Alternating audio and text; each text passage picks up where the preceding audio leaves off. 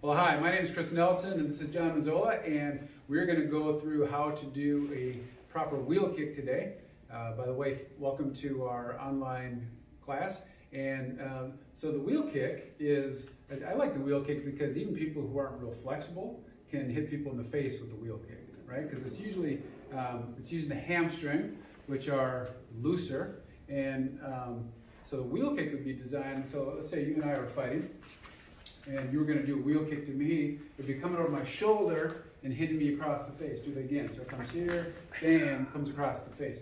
So you're hitting with the side of the foot, the blade of the foot, coming across that way. And we're going to do a version for 4 to 7-year-olds where they don't have to worry about left-right fighting stance. They'll just be straight on. And then we'll do what the solid belts and adults and older people do. So why don't you tell us how we're going to do it with the 4 to 7-year-olds? So with the 4 to 7-year-olds, we're going to kind of square up and face straight ahead. So we're going to have both hands up. We're going to cross our leg over, pick your leg up and kick. Cross your leg over, pick your leg up and kick. Cross your leg, and then we're going to do the same thing with the other leg. Cross the leg and kick. Cross the leg and kick. So, like for the adult version, we would just throw it from a fighting stance.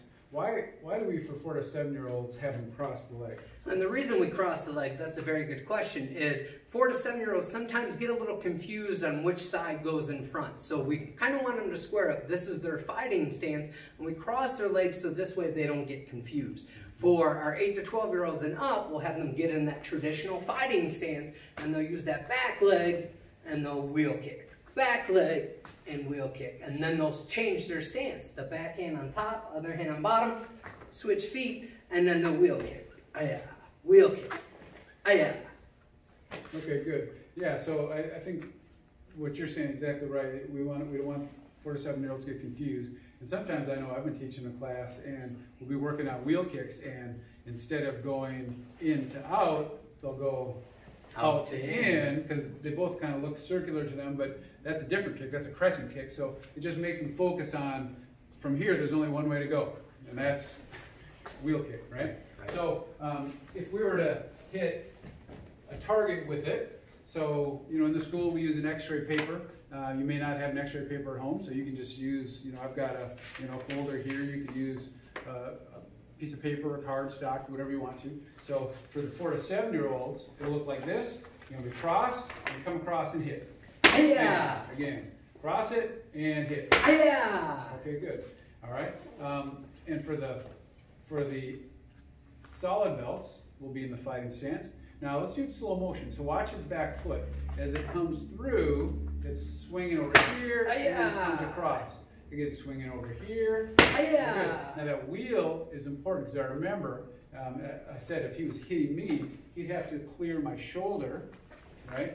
So if that foot's just kind of coming straight up and down like a peak, then he's going to run into my shoulder, all right? So show him what that looks like. He gets stuck. Versus if we can go wide over the shoulder.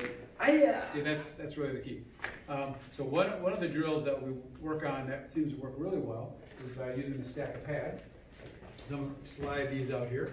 And, you know, let's do the 4 to 7-year-old version first. Go ahead. How would we do that? So you cross your leg, kick over. Cross your leg. Cross your leg. All right, good. And then solid belts. So he's swinging the foot over here and then over. Good. By the way, this is a great cardio, so if you ever want to work out, so I got a bunch of pads here. You could make a pile of couch cushions or pillows or whatever. Just doesn't have to be, it's just as an obstacle. It's just visually thinking about having to go over those. But you know, if you were to do a drill where you just had that fighting stance and you did 10 this leg and then you switch and you did 10 this leg and then you switch and you did 10, you get tired pretty fast. But it's really great for your core and it's a great visual. So thank you, Mr. Mazzola.